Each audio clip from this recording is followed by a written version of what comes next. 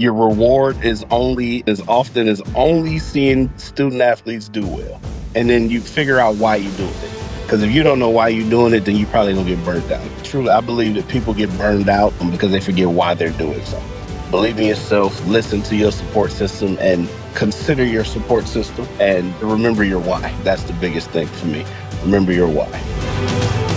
On today's Coaching Coordinator podcast, we're going to dig into recruiting, and really at what's the heart of recruiting is building relationships. We'll talk about the way that our guest today has come up through the profession, starting at the middle school level, working at different levels of college football, even getting some experience in the NFL as an intern, coaching both sides of the ball throughout his career and serving in different roles, and a ton of experience that he brings to the table now in his role as director of player and recruiting relations for Georgia Southern, Ulysses Hall.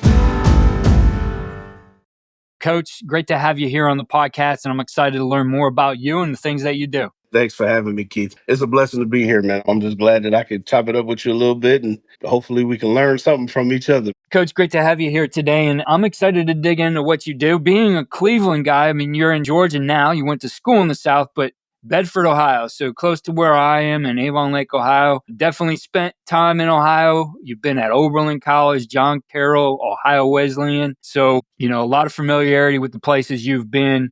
Would just love to hear how you came up in the profession. As you said, we started out at the middle school level and have been able to grow your career through there. So we'd love to hear about your start and the way you've progressed through this profession. I went to Shaw University. It's the oldest and the first HBCU in the South. So, we take pride in that to all those Howard people out there who love to brag about Howard. So Shaw University, baby. So graduated from Shaw. My mother lived in Atlanta at the time. I didn't go back to Ohio. Trying to figure it out, Keith. I was trying to figure it out. I wanted to be a sports journalist. I was the school newspaper editor while I played football in college. I had a couple opportunities to intern in WRAL, which I believe was a CBS affiliate, and some other news sites which were like some affiliates of NBC. I didn't know what I wanted to do, so I moved to Atlanta trying to figure it out. And Kenyatta Watson, who is one of the top recruiters in the country, he's at Auburn right now. He was running a GFL team up in Georgia, a Georgia Youth Football League, and he hired me to come and help out with the Gwinnett Chargers. That lasted for about a week. I got hired by Coach Hunt at Woodward Academy to come coach his 8th grade team. We had a really good season, undefeated season. By the end of the year, he asked me, hey, we got a playoff run, come help out with varsity. I helped out with varsity. I wanted to do more, wanted a varsity position. No one left. They didn't have any positions open. So he made some calls. He helped me get a position at Centennial High School, where there was a paraprofessional working with ISS students during the day and coaching outside linebackers, defensive ends in the afternoon. That was my first varsity season. I left there, got a new opportunity to go to Decatur High School and kind of be a co-coordinator, D-line coach, and handle the recruiting when guys would come in. And it kind of took off from there. So around that time, FCA was doing their second annual 30 under 30 program. I applied, and I would be honest, I was like, man, there's no way I'm going to get this. You had to do a presentation of ball that I wasn't confident.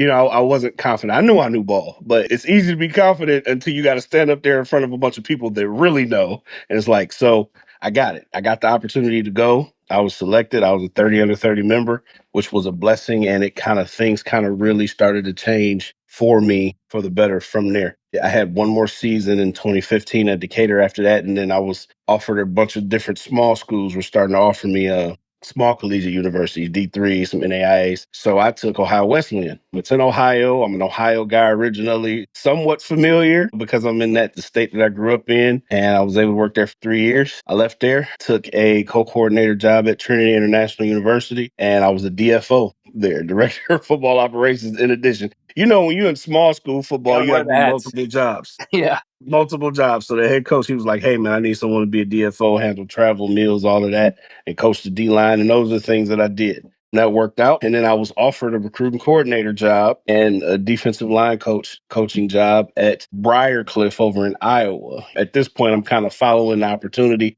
and following the money, if I'm being honest. So I took that job. That was the COVID year. And man, was that a rough year. That was a rough year. We played some really good defense, but we weren't very good. We just weren't very good. We had guys in and out being sick, and I think everybody did. Again, it was a rough year. We got let go. We came in after our last game. We came in that Monday. AD said, hey, we're going to go another direction. Okay, fine. So, and I immediately got hired at Alderson Broadus. My head coach from Bedford High School, where I went, was the offensive coordinator there. He called me. He said, "Hey, we need a D line guy, and I got to come in, handle some recruiting, and maybe run some camps and stuff for us. All the stuff that you do." He hired me there. I went to Alderson Broadus. That was a short stint as well. That was very fun. I was short. And next thing you know, I'm at John Carroll. And the reason this is so significant for me, in high school, I was an all-star, in Cuyahoga County All-Star. I played an all-star game at John Carroll. Never in a million years that I think I would come back. Not only that, but the head coach at the time was Rick Finati. So I played my first 2 years of high school at Cleveland Benedictine. Rick Finati was my defensive line coach. And two things about Coach Finati. So I was still at Decatur when Jim Harbaugh got hired at Michigan. Coach Finati reached out to me. Jim Harbaugh had his exposure U camp. Rick Finati's exact word was, "Bring your ass up here." And I went to go work the camp and had a chance to meet a lot of the Michigan guys, Coach Wheatley and Will Carr, and just a lot of those guys. It was a good opportunity. I was able to bring some of that back to Decatur. But when he was at John Carroll, he called me, he said, "Hey, I need a defensive line guy." Came over. I went to go do a formal interview. The D coordinator there already knew me. We had just been, in passing and talking.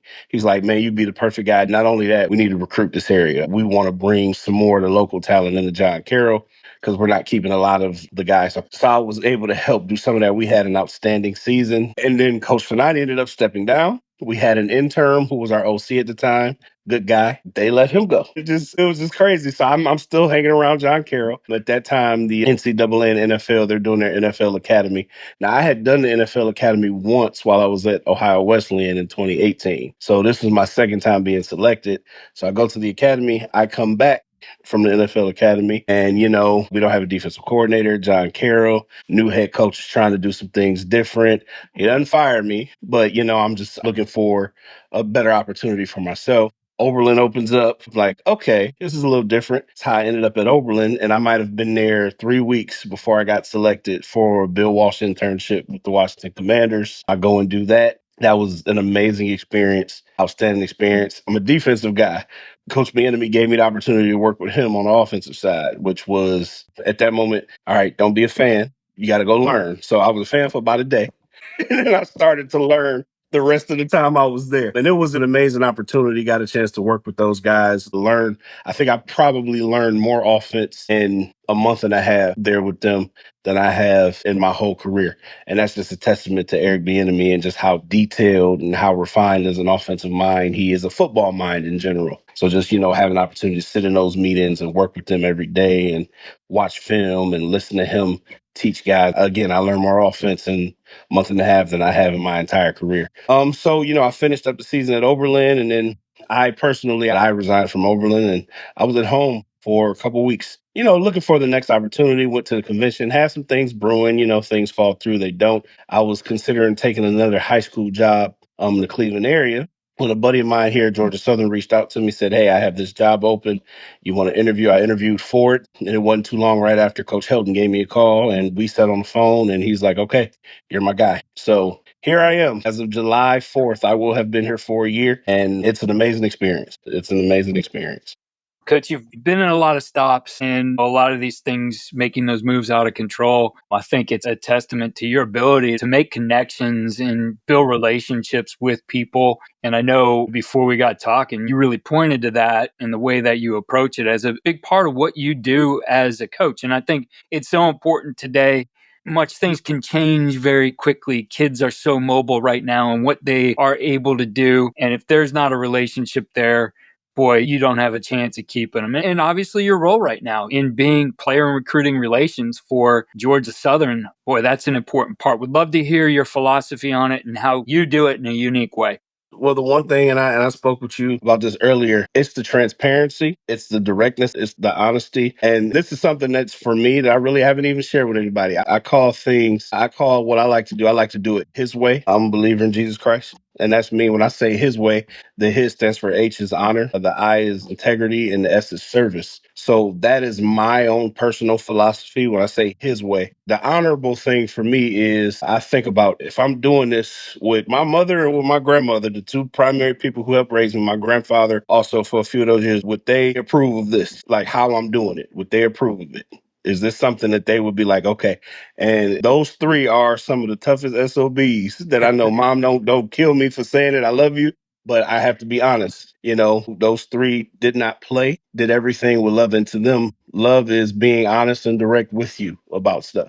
Like, so when I think honor, I'm like, am I doing things that will make them proud to be like, all right, that's my kid, that's my son? The integrity is a me thing. What do you believe in? Stand on what you believe in. If I tell you that I don't believe in money out of somebody else's hand, then regardless of the circumstances, I have to stand on that.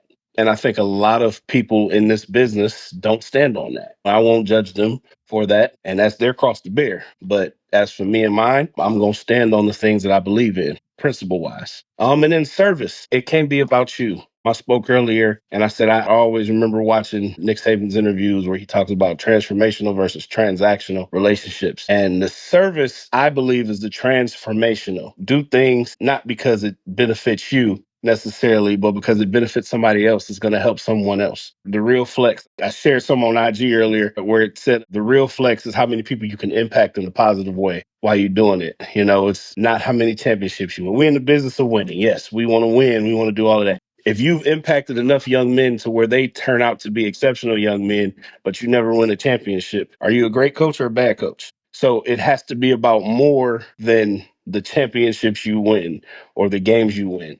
And usually there's a correlation between being a good person and how you do things and how successful you are.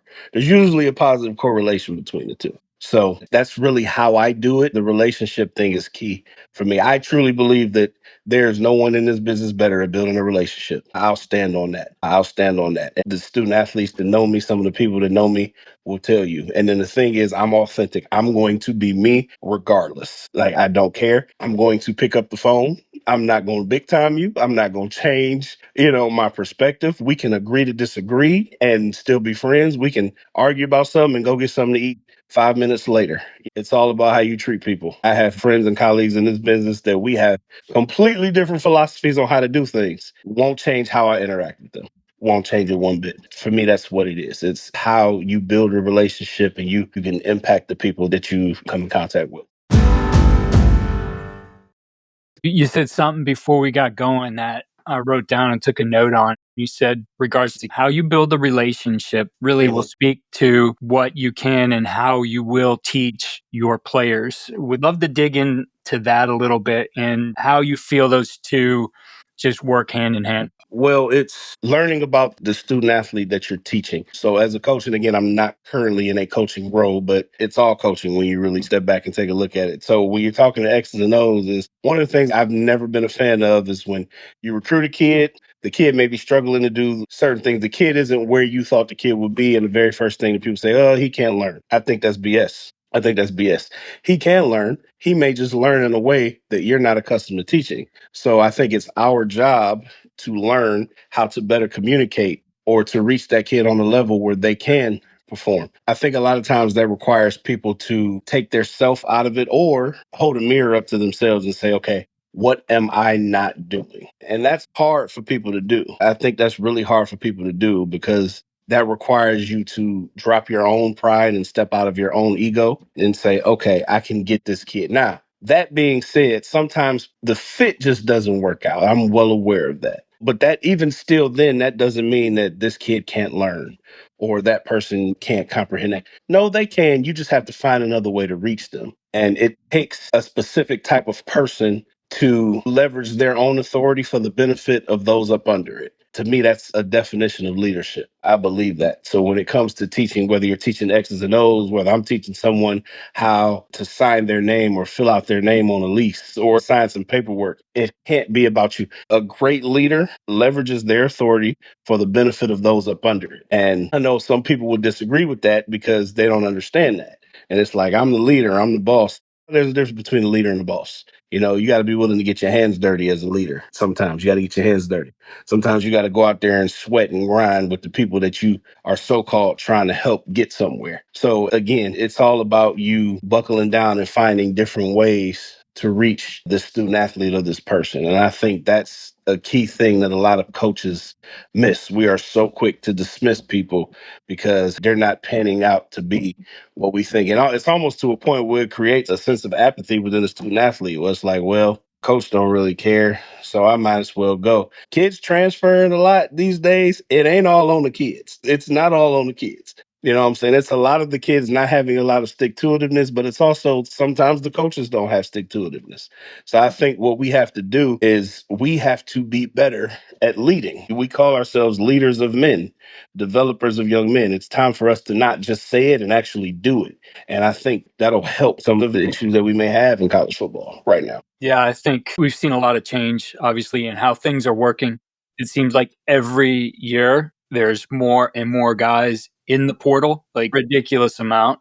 Are there flaws in this system? Yeah, I think we all agree with that. But right now, whether you agree with how things work or not, it is the landscape we work on. How are you successful in navigating this? How are you setting yourself up to be more likely to keep those players in your program and not have them move on? What are some of those keys, do you feel, to be successful in the environment we have today? The integrity part for one, and this is a testament to the man I work for, Coach Heldon. He's big on doing what he says he's going to do. And that's, we have a family atmosphere at Georgia Southern. We have a big family atmosphere. And I believe in that ideology. He's an easy person to work for because our beliefs are aligned. And I truly believe one of the best ways to do that a lot of times is, again, I keep saying it, sound redundant probably, the transparency, the relationship. Kids commit a lot of times. Kids don't commit to programs as much as they do commit to coaches. And I think that's always been the case. Since I've been a part of it, that's always been the case. I know people will say, well, you just throw money at them, all of that. There's still an element of relationship building that goes along with that. If I look at some of the P4 schools that have the same level of financial ability, to give a kid, so then what's going to separate? I got a relationship with that coach. And the way that we do it, you can't win all of those battles, but you can win a lot of those and most of those battles with how you conduct yourself day to day. Kids need to understand that you are about more than just how well they play on the football field. It cannot be transactional. These are people before they're football players. And we have to learn how to step outside of the coach speak. And you know what the coach speak is. I love my players and I'm here to develop young men. I'm here to make sure that you get your degree and you're going to have an opportunity to do things after school. And then there are a lot of coaches that say all that. And then once the kid graduates, you never hear from them again. You don't check up on them. You don't keep the relationship. I've been here a year and some of our seniors, there's one senior in particular or one kid that graduated and he calls me weekly. Hey, what you think about this? What you think about this?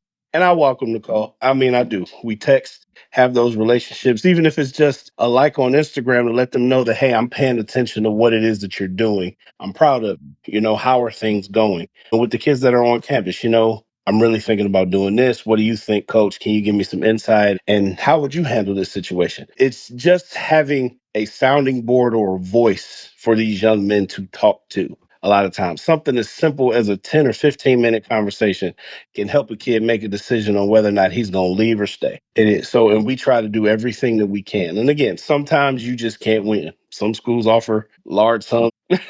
I can't do it. We can't do anything. We can't Right, do anything with that.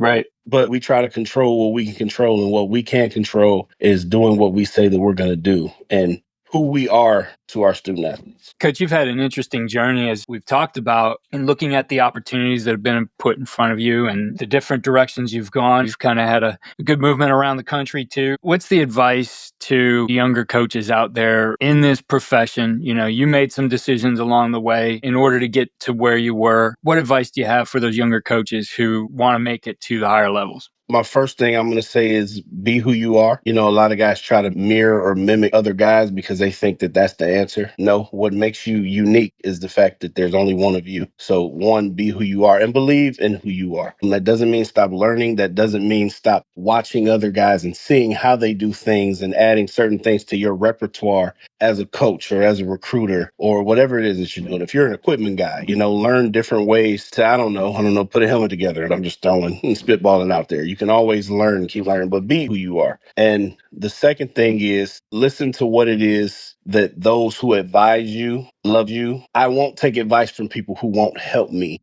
along the way. I take the advice of those people. A lot of us do have support systems. So, consider your support system when you make these decisions in coaching. It is a tiresome, tireless job. You don't make a lot of money in the beginning. And a lot of times you don't make a lot of money when you get to the highest levels. Your reward is only seeing student athletes do well. And then you figure out why you're doing it.